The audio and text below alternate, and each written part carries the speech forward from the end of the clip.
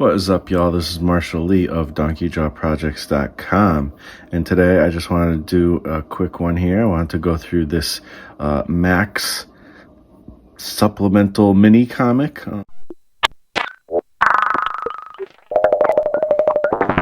don't know where I got this, actually. Obviously, it would come probably in a wizard, but somehow I got a hold of this, and to me, this was like almost better than the actual Maxx comics. Not really, but like I really like the Maxx comics, but the story was weird to me. But I'm a huge fan of Sam Kieth.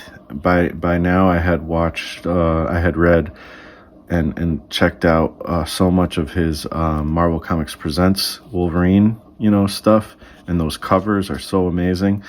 And I was just really interested in like creating my own comics at this time. So whenever I see like something that is kind of developmental, it's really like I'm trying to learn everything and anything I can from it. And another thing that's cool to look at, like I'm really into like mixed media kind of stuff in comics or just in general.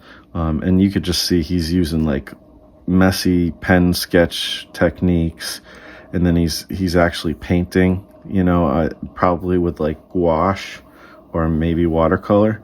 And you could see brush strokes and stuff. Really cool. It's funny, he does like a lot of detail with the feathers, but then he kind of paints over it. And then other things, the detail's much more like he goes into a lot of detail on these boots sometimes, but in this he's just kind of throwing some texture down. The hands barely look like hands, but that's kind of the nature of Maxx. You're gonna get like all kinds of weirdness and experimentation. To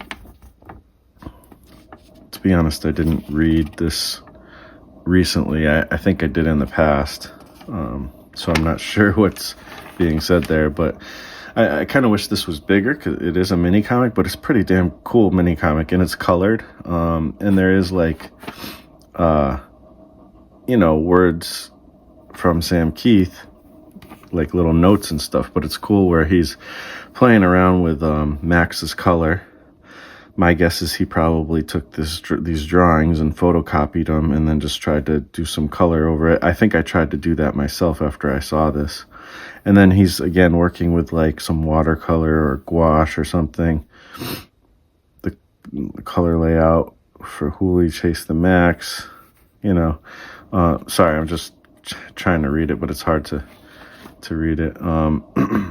Way back in '92, when Jim Lee asked me to do a story for a book he and Rob were doing, Darker Image, I took an old design for a character Marvel had rejected years ago and tried to different colors on him. So he actually tried to pitch the Maxx to Marvel. Interesting. But I just loved this color. And the thing is too, is with comic book artists, you don't always get any kind of color work, because they're typically focused on the ink work, or even sometimes just the pencil work. And it's cool to see these character designs, like this, her like head is like a straight up circle here. It's cool to see like this checkerboard thing going on. Like he probably just used like a chisel tip and made that design. I just love the sketchiness too of all this. I'm a huge fan of sketchy stuff. Nobody can decide what Sarah should look like 10 years from now, just that she's inherited her father's power, a glowing hand, but hers actually works. That would have been cool to see more of. I don't know if that's played out in the book or not.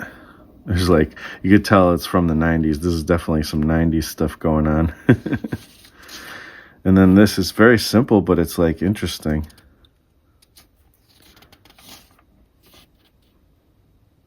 Sarah's spirit animal had to further develop with an elongated mask that could hold a horse's head. Interesting. Again, I love all this sketch. This is the type of stuff that's in my sketchbook, but not kind of as cool looking. And then he'll go into detail though, and it's like, look at all this Like you could see the shape and feel the shape of the belly. Like he puts the detail in on the belly, but then the face is like looking like that and the hand is looking like that. It's just kind of funny. And this is like his exaggerated version of anatomy, and it's very I'm trying to think of I can't think of names of other artists right now for some reason. But yeah, really cool stuff. And he talks about all kinds of things here. Mr. Gone, I don't know. It's cool. Like he talks about the conception of some of these concepts. This I remember was kind of cool. Like it's like part of, like this lamp is kind of what becomes Maxx or something. The original idea in A, this is A and B, in A was that once the cloth on the lamp became alive from being in the outback, it crawled onto Max's face in the real world. I awkwardly tried to show a piece of cloth getting stuck there, but I think a simple lamp caught between worlds works much better. I also couldn't resist giving Gone that yellow trench coat and snappy cap. So it's like, yeah, I don't know. And I love how he does like interesting architecture and stuff. So it's short, it's small, but it's a cool little mini comic that just for a young guy trying to create his own characters and his own comics, it's like, this is like just being able to see a little bit of like the development stage of things and whatever I could learn from that. And to be honest, there's not a whole heck of a lot you can learn from this, but there's little lessons in there. So yeah, really cool, this Maxx mini comic. So anyways, thanks for watching, and we'll see you in the next video.